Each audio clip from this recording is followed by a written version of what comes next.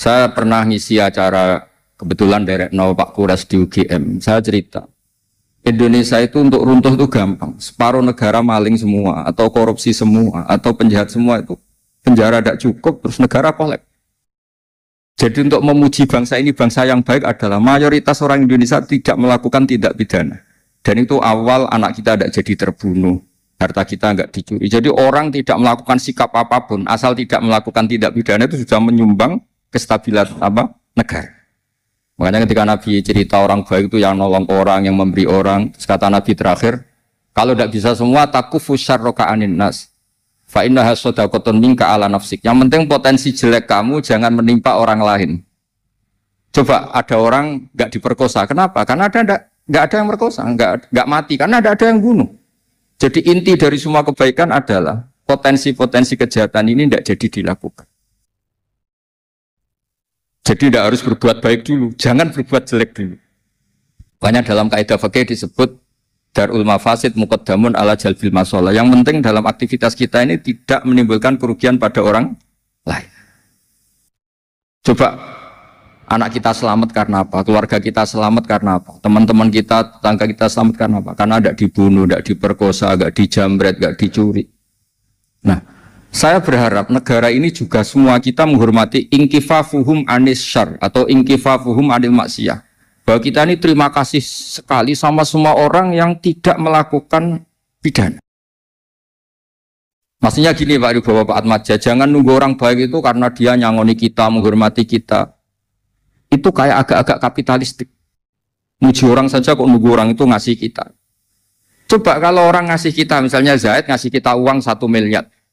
Tapi misalnya yang lain, fulan itu, bunuh anak kita atau apa itu. Kan ya kacau semua. Artinya gini, yang ngasih uang kita mungkin ya baik, yang tidak ganggu kita juga baik. Karena dengan dia tidak ganggu kita, negara ini baik, kestabilan terjaga, kemakmuran terjaga. Sebab itu dalam sebuah hadis Nabi ngendikan ketika ditanya, orang Islam itu siapa? Man salimal muslimun min lisani wa yadi. Orang yang orang lain itu tidak kena imbas dari keburukan tangannya maupun keburukan lisannya. Itu pegang. Sehingga saya ini sering kalau ada tetangga meninggal tuh, yang sering lepas jenazah itu saya. Biasanya saya itu 5 menit, 3 menit. Tapi keluarganya itu mesti komplain, terutama istrinya. Istri itu kan nggak suka kalau ada orang muji suaminya. Karena sudah meninggal tak puji ini orang baik, karena tiap malam itu ya lihat TV, terus kukar-kukur di rumah, ngelamun sampai pagi, ini orang baik.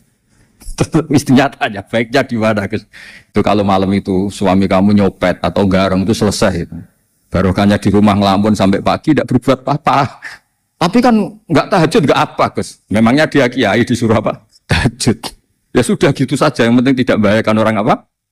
Lain. Terus dia baru nangis, ternyata suaminya itu orang baik. Saya tanya, kenapa tidak bilang dulu-dulu Gus kalau suami orang baik? Oh nanti besar kepala kalau saya bilang dulu-dulu. Intinya mau saya itu kebaikan itu tentu melakukan kebaikan. Tapi dibalik itu semua atau standar paling harus kita lakukan sekarang juga adalah al-inkifaf atau al-intiha anil maharim atau anil madzalim. Makanya dalam kitab Khilyatul Aulia, karena tadi Gus Wafur sudah bilang ini saya ngaji lama sama Mbah Maimun, jadi saya harus cerita. Sufyan Ats-Tsauri itu termasuk ulama yang sangat dikagumi. Itu termasuk guru-gurunya Imam Syafi'i. Itu kalau pengajian ya seperti saat sekarang ini. Beliau bilang wa aulal faraid al-intiha anil maharim wal madzalim. Sebetulnya keharusan tertinggi adalah semua orang itu menahan diri tidak merugikan orang lain. Coba misalnya kita dikasih uang orang 1 miliar, dikasih jabatan JM, tapi nyawa kita terancam. Keluarga kita terancam karena orang jahat semua. Tidak ada gunanya. Negara ini menjadi baik karena kebanyakan kita, dan alhamdulillah bangsa Indonesia masih seperti ini. Kebanyakan kita ini tidak ingin melakukan pidana. Dan alhamdulillah sampai sekarang ya begini. Tentu memang selalu ada oknum-oknum yang berbuat jahat, akhirnya ada kepolisian untuk nangani. Tapi yang jelas saya pastikan, tadi mengingat dawuhnya Sufyan Ats-Tsauri tadi, dawuh Imam Sufyan Ats-Tsauri itu wa aulal faraid al-inkifaf anil madzalim wal maharim. Kebaikan tertinggi, keharusan tertinggi sebagai manusia itu orang menahan diri tidak melakukan sesuatu yang merugikan orang apa? Lah, sehingga jenengan kalau saya sering cerita ini dan saya ulang-ulang nanti sesuai permintaan kita semua nanti mau itu yang kedua Gus Iit karena ini baru latihan nyai jadi memang harus saya dulu. Kalau dulu Gus Iit nanti nggak keren. Saya itu sering cerita kalau Anda habis isya terus tidur sampai subuh. Saya ulang-ulang karena ini kampanye saya supaya masuk surga itu mudah. Saya ulangi supaya masuk surga itu mudah. Kalau Anda habis isya terus tidur sampai subuh atau cangkruk sama istri bercengkrama sampai subuh ya agak mukhal itu. Karena biasanya kalau sudah lama-lama itu enggak cerai sudah baik. Agak-agak mukhal ya. Bohong itu kalau sudah nikah lama harmonis itu hoak gitu. Bukan praktek itu kenyataan. Udah usah munafik yang depan-depan ini biasa aja kan. Tuh saya sering bilang di beberapa pondok supaya teori saya ini diuji. Kalau dalam teori kampus itu secara akademik teruji. Itu malaikat itu punya dua pilihan.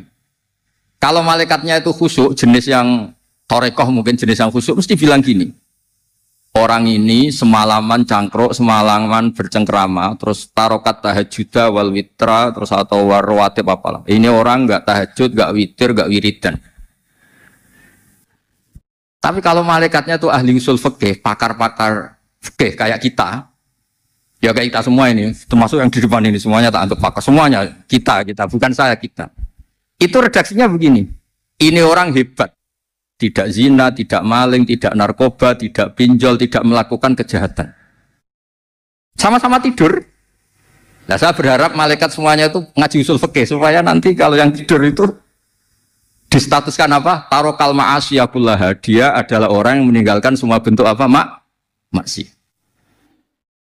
Sekali malaikatnya ini khusyuk, oh kebo, sewengi turu, gak gelem tahajud. Tidak ada, insya Allah malaikat tidak yang seperti itu. Malaikat itu ahlul ilm, apalagi ketua malaikat namanya malaikat Jibril itu sukanya sama ilmu, masya Allah. Dan secara teori keilmuan tadi dalam ilmu usul fikih itu sesuatu yang mubah, yang tidak ada status wajib atau haram, itu berstatus ibadah. Karena setiap orang melakukan mubah, barang yang boleh artinya apa? Meninggalkan keharam. Ini perlu dicatat dan termasuk taat terbaik adalah meninggalkan apa? Keharam. Jadi misalnya malam itu jenengan di depan rumah saya beri saksi kukar kukur bedolo, ya melihat rumahnya ya gitu, melihat istrinya ya gitu aja sampai pagi. Itu nanti malaikatnya bilang ini orang hebat. Semalaman tidak melakukan kemungkaran atau kemaksiatan apapun. Orang hebat. Gara-gara saya cerita itu terus kalau ada orang meninggal rata-rata minta saya supaya suami saya Gus tetap orang baik yang isi harus jenengan ini. Ya kira-kira gitu. Nanti disambung Gus Iit ini supaya latihan nyai di depan senior-seniornya ini ada saya Gus Sofa. Ya, assalamualaikum warahmatullahi wabarakatuh.